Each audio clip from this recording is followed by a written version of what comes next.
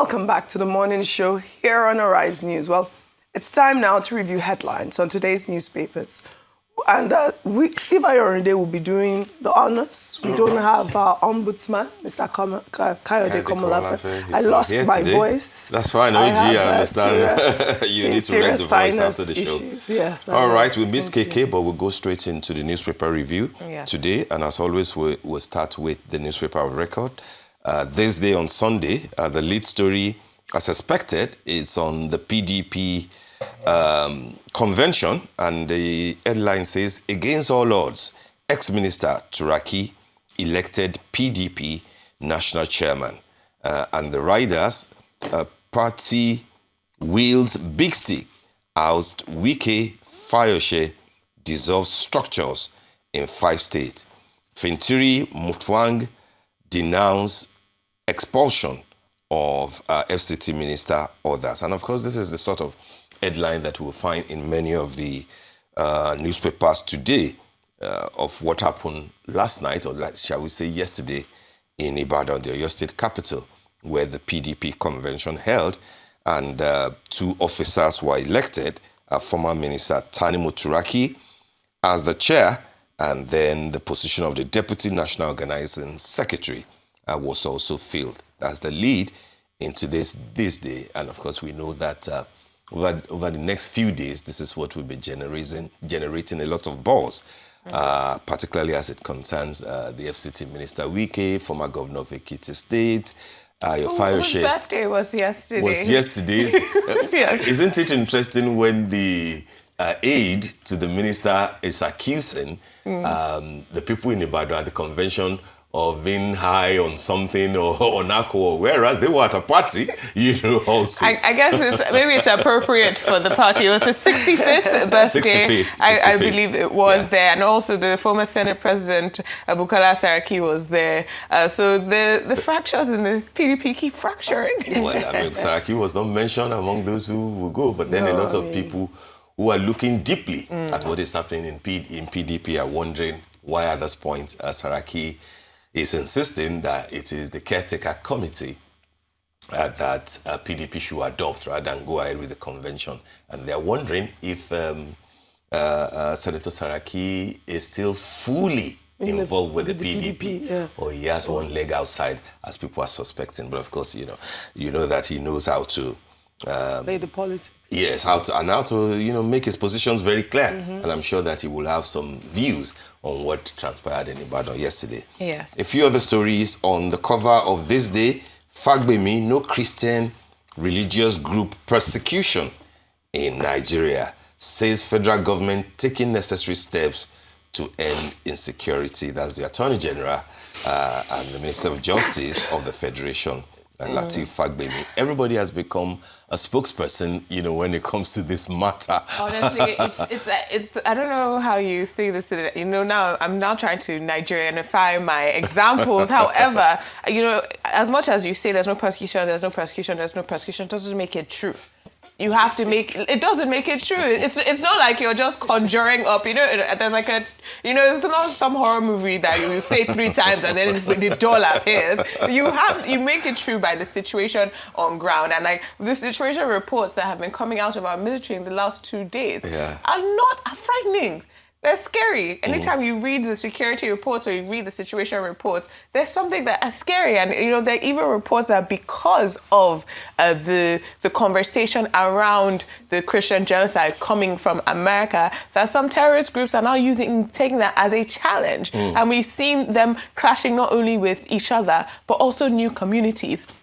And so the Attorney General can tell us what he wants to tell us, but all of us who live here and have to see people, old classmates getting kidnapped, or people burying their family or not being able to bury their family because the situation is so bad and in their hometowns, then we will just look at it and we'll just keep it pushing. Talking about being patriotic shouldn't conflict with accepting reality. Yes. Accepting reality and to work on it. And to work on it, really. Is what we have been pushing for, just to work on it. If you keep on saying no Christian genocide, what benefit is it to Nigeria, really, at this point? I mean, if we have a powerful man like President Donald Trump have all the records that he claims that he has, why can't we have those records as well and create our own panel where we can investigate these, reports and challenge the reports, or the allegedly list of those financiers and collaborators. Very, very important. Yeah. And it's something we need to keep honing in on because it's actually a very bizarre thing.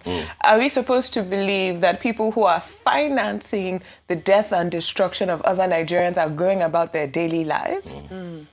They should release that list. We should call for They should. All right, just 2 more stories on the cover of this day. We can no longer depend on volatile oil revenues or foreign loans, says FRS boss Adedeji. That's Zach Adedeji. The story is on page 5 of today's newspapers. And that's a good thing to say, volatile oil revenue and foreign loans should not be what we concentrate on. Let's also find a way. I mean, he's a taxman, tax collector, but of course... I think he's preparing us for what's to come. From January. Because all this fear about what is coming, And, I mean, don't scare people so that things don't get a lot tougher for them than it is now. Yes. Yes, people should pay their taxes and be responsible citizens, but then government should also even be a lot more responsible for the welfare. Fiscal responsibility is incredibly important. But I don't know, sometimes the government says one thing, but they do another because they just approved another loan for President Tinubu with National Assembly, 1.15 trillion, and that's a domestic loan. And just weeks before that, of course, we had the foreign loan of 2.5, I think, billion it was. So again, this idea that we can no longer depend on loans and this tax regime that we're all going to face, I don't think it's really about fear anymore. The conversation should not even really be with us. It should be with themselves. They should possibly look at the convoy that the minister of the FCT took to go and fight for land in the FCT and then come to talk to us about fiscal responsibility and how the money that you are actually getting is being spent. Right. Absolutely. Fight for land is Omonile, is it? Omonile. Fight for land? The person who fights for land, is it Omonile? Yes. Omonile. Well, you can say Omonile. You can say Ajagungbale too. Ajagungbale is the kind of ruder one, maybe. And that word has been used, quite lately, as you're aware. For. You were going to say something. Regarding fiscal responsibility, the budget. I was going to say that sometimes, the wish and the desire of a top government functionary is sometimes quite different from the reality on ground. Zach desires that, let's stop all these loans, oil revenues are fluctuating and everything. Let's concentrate on tax and everything. But we know the reality on ground, which you have just nicely painted for him. But, I also have a question here because at the same time where we're speaking about fiscal responsibility, remember what we spoke about last year, another dirty word that has disappeared from our lexicon, which is the Orosai report. Because not only do we not have implementation of that, but we also have the National Assembly creating new commissions, or we have, new organs of government coming out. So are we running in a circle? That's the question to ask. Last but not the least is an important story on the window of today's this day. Whistleblowers, sole arbitrator who gave award to First Bank over GHL is a shareholder of First Bank. That's what the headline says. And then the rider, non-disclosure of conflict of interest is ground to set aside decision, say experts. And so that's talking to the law, of the matter there when you're not disclosing conflict of interest. Experts are saying that it's a basis,